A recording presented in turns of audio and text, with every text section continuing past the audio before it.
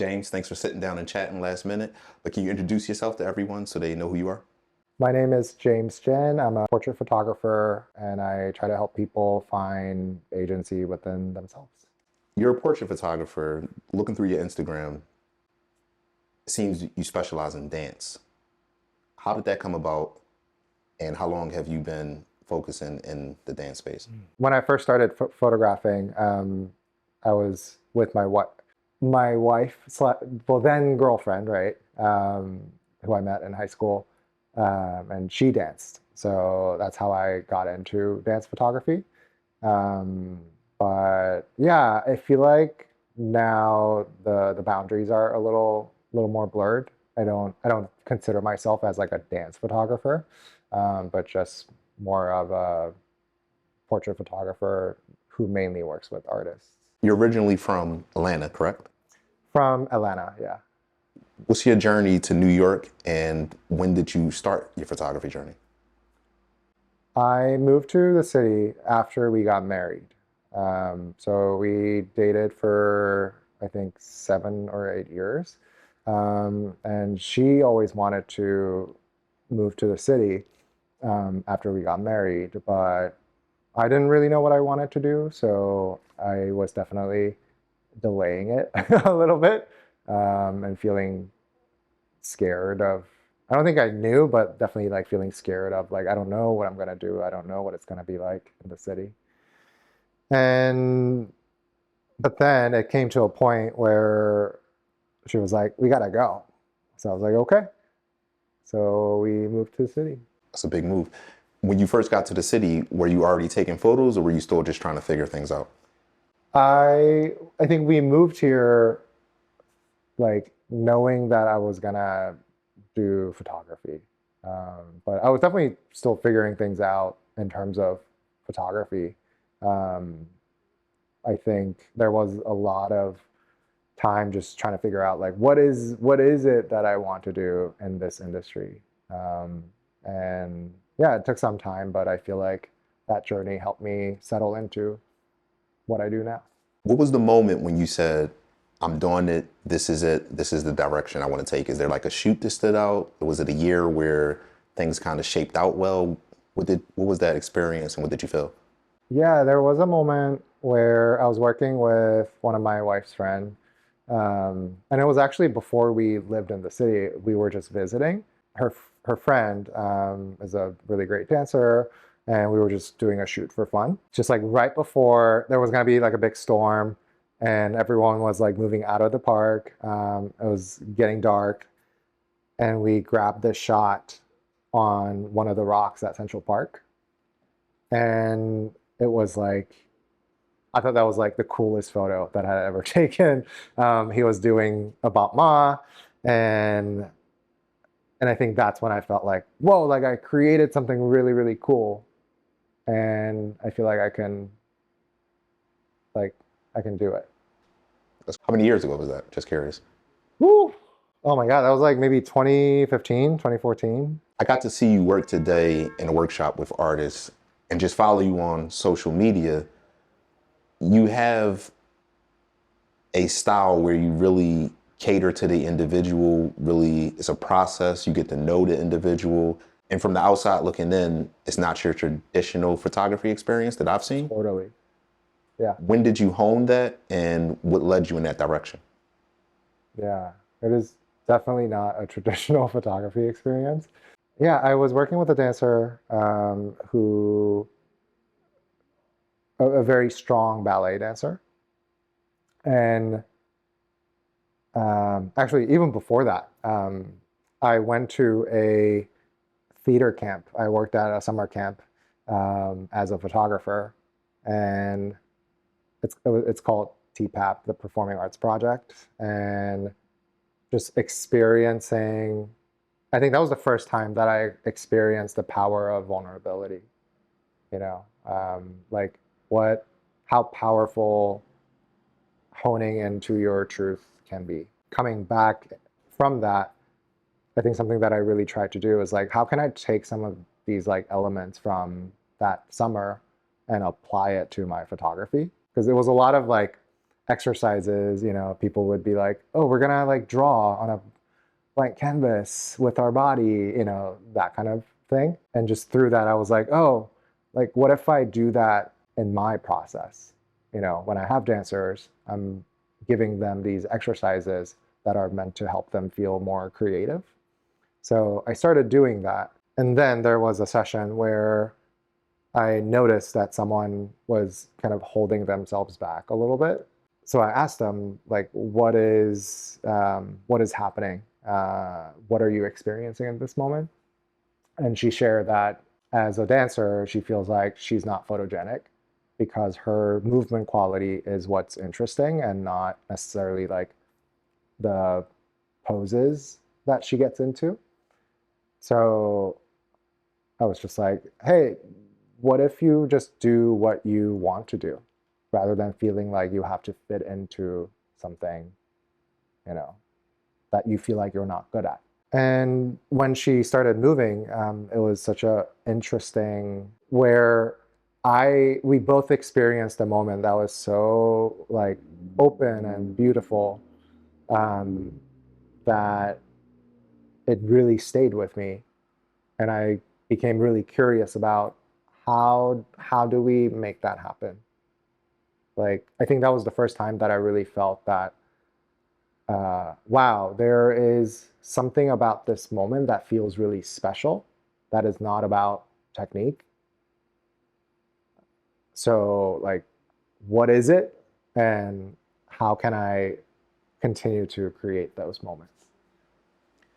As a dance photographer, there is a lot of technique that comes into play because a bad photo of the best dancer will make them look bad. How do you balance we had an emotional connection with this is not technically right? But sometimes, an emotional image is perfect, but somebody just looking at it will say, well, her foot is this way or it's not that way. How do you balance that selection process? Yeah, so that's really interesting because I think now it's that emotional quality is such a big part of the process that I feel like I don't even like think about technique. I see photos in a different way. Yeah, there was definitely when I first started, there was a lot of learning what proper technique was and being like, okay, like how can we point that foot, or like how can we make sure that your legs are turned out and whatnot. But I think the more I engage in the way that I am now, I think what I'm discovering is that it really isn't about what you do. And it really isn't about the technique, but it's about the way that you show up in the moment. And the technique will just kind of magically fall into place. I think my viewpoint is that what you see is a representation of what you're experiencing internally. So if there's a part of you that is doubting yourself or watching what you're doing, even if you're thinking about the technique, it's not going to actually get to where you want to go because in some way you're getting in your own way of finding that clarity for yourself. And yeah, like it's a journey of finding this emotional space, where it just kind of feels like, yeah, it doesn't matter what you do. The photos are interesting. And oftentimes have this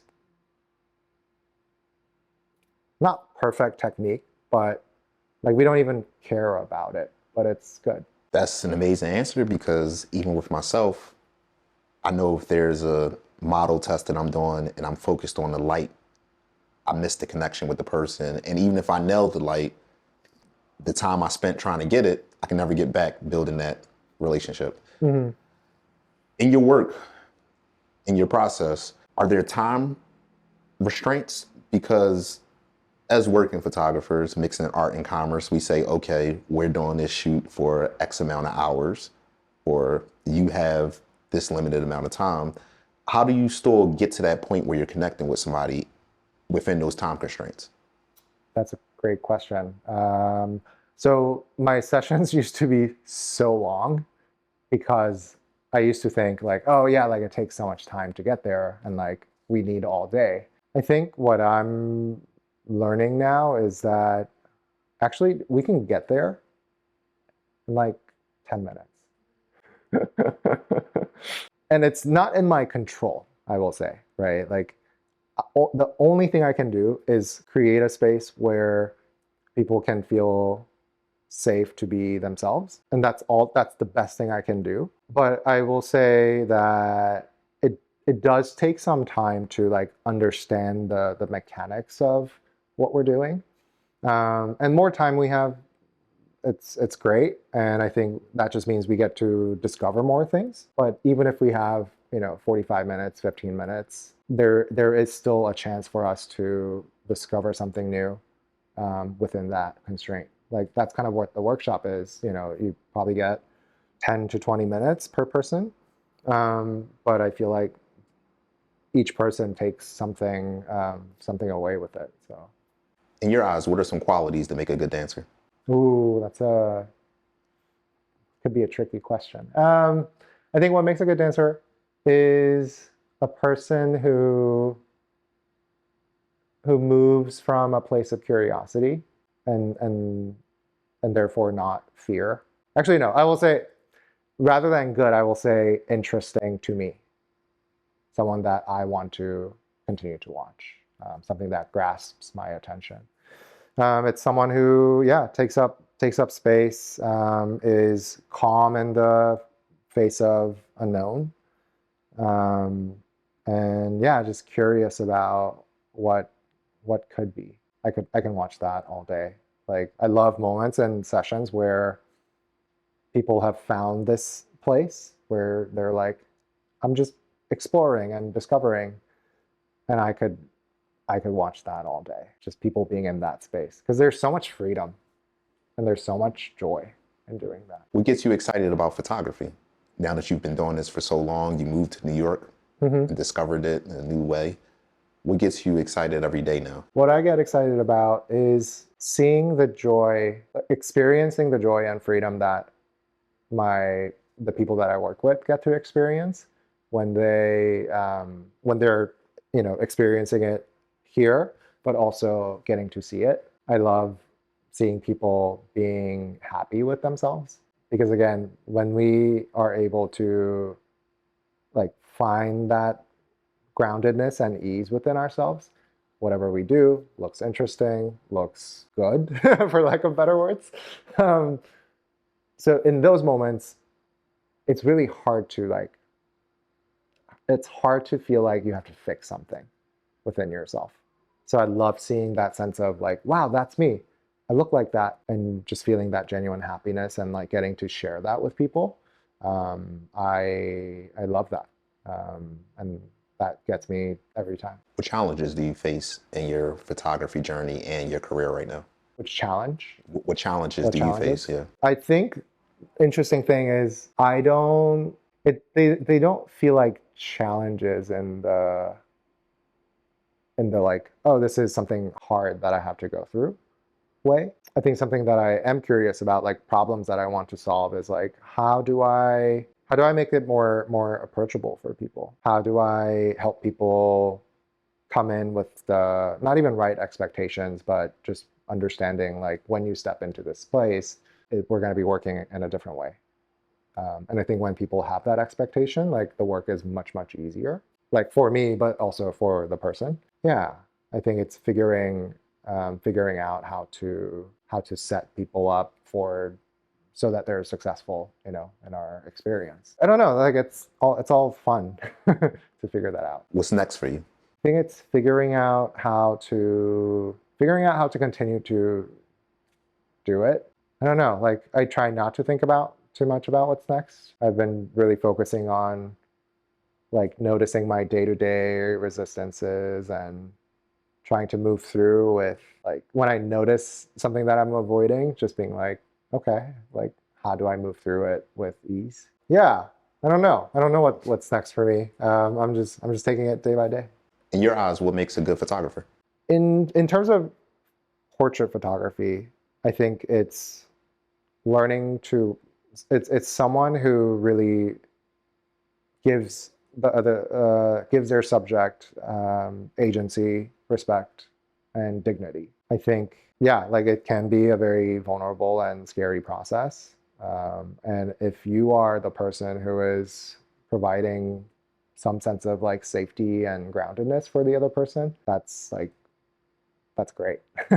In terms of other forms of photography, or like photography as in its own like form, I think it's someone who has something to say, someone who wants to share something that brings them joy. Like it has to have some substance, I think, for it to be interesting. Thanks for sitting down and talking. Wish you the best, and thank you for allowing me to sit in on your workshop and hearing your process. Yeah, thank you.